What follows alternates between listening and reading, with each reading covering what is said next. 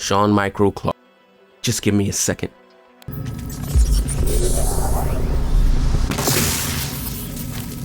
You never know if there's any drones left around. Shawn Micro Clarke. I have nothing about his pre-military history. I'm not even going to take a guess at why he enlisted in the army on his 18th birthday. What we do have record of is that he was deployed to Afghanistan immediately after basic training, and that the army benefited from his mechanically inclined gift for fixing things, and as a result elevated him to sergeant rank, where he served as a mechanic until he had to take leave to take care of his mom after she was diagnosed with cancer. With the ensuing medical bills providing themselves a financial burden, Clarke had to find himself a more stable and generous means of income. Enter Jack Bonney, who recruited Micro into the Black Tusk.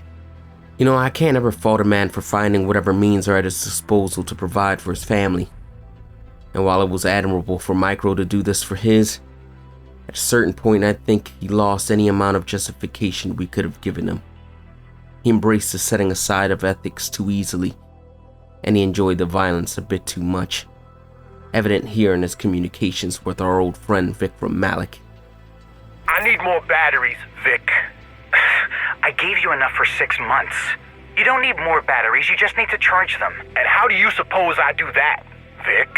Use one of the solar relays. Plug into the local grids, put up a wind turbine. Pick your poison. That takes time. Vic, we don't have time. Tell you what, I'll give you all your dead batteries and you can charge them while I blow up that hostile encampment to make sure you're safe. By hostile encampment, you mean that village by the river? A village armed with assault rifles, Vic. They're not a threat. I still got a job to do, and all I see is an armed threat.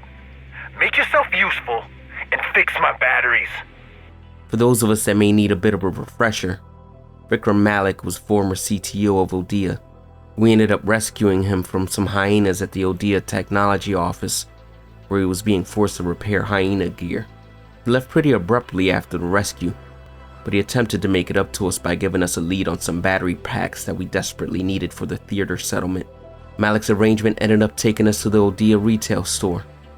Around the same time, Manny would uncover that Vikram was fired from his position just days prior to the virus outbreak. It wasn't too long after we get to the store that Vikram proposed a simple deal. Get him to a computer that's still connected to the Odea network, and the battery packs were ours. Did I mention we were desperate? We'd get him to that computer. I still don't know what he was up to exactly, but the batteries proved important enough to turn a blind eye. Thing is, it made us vulnerable to the trap Malik sprung to ensure we get all the hyena attention so he could walk away scot-free. Luckily for us, the agents made it out pretty much unscathed and with a battery pack. Although there'd be no clue from that point where Malik was, as he'd keep his head down and go unseen and unheard of until now. It'd be nice to get a little bit of payback, but Vikram is the type of double-talk, slimy character that gets under your skin. It'd only be a matter of time before someone with Micro's aggression to get a little fed up. Vikram Malik is a problem. Is Vic a problem, or are you concerned that he might be a problem? Concern. What did he do now? I think he's holding out on us. There's nothing left to hold out. Vic has served his purpose. Maybe it's time to let him go. Don't we need him to charge the warhounds? Vic was always a temporary solution to an immediate problem. I'm working on something more permanent. What do you want me to do with him? Whatever you think is right. I am concerned with what Natalia Sokolova means by permanent solution to her battery problem. I know that Trig was working on some renewable energy projects for the Black Tusk, and I'm worried he might have made a significant breakthrough before you got to him, of course. Nevertheless, what is abundantly clear is that Natalia gave Micro the green light to do as he wished with Malik, now that he was expendable. Here's a conversation that followed. I thought you said you were out of batteries. No, I said I gave you enough for 6 months. I never said I was out of anything. You're an I know. Well, now I really don't know what to do with you. What is that supposed to mean? I mean, the boss lady told me I could do whatever I wanted with you. Cut you loose, kill you, put you back to work. I was gonna kill you, but now I'm not so sure. That's great. Hey, you've done a lot for this organization. and I know we wouldn't have been able to get this far without you, so part of me feels like you done your service and should be rewarded for that. And the other part? Thinks you just like with me and making my day harder. So that makes me want to kill you. You're not alone. Plenty of people want to kill me. I'm still here. Yeah? I don't think that means what you think it does, Vic. Having a lot of people wanting you dead ain't some kind of badge of honor. It means you're an asshole. Oh, I'm aware. Micro. See? Now the way you just said my name like that makes me want to kill you again. But you're a defenseless, unarmed nerd who sells batteries. Man, it wouldn't be a fair fight. Doesn't even seem right. Well, since I'm so defenseless and the world is so brutal now, why don't you just leave me at the next port and we'll see what kills me first? Starvation, wild animals, or one of my many enemies? It's not a bad plan. Sounds fair. Sounds right.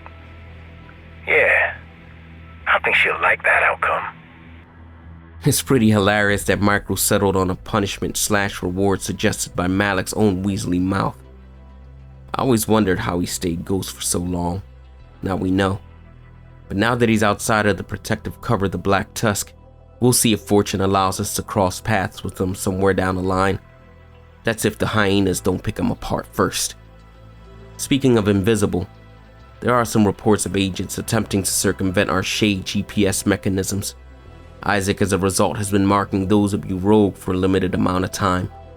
Just try and steer clear of those tactics, guys, for everyone's benefit. Anyway, back to this Micro manhunt. After working our sweeps at the Federal Triangle, we faced off against BTSU's Focus Squadron. Dealing with that group, we learned two things in passing.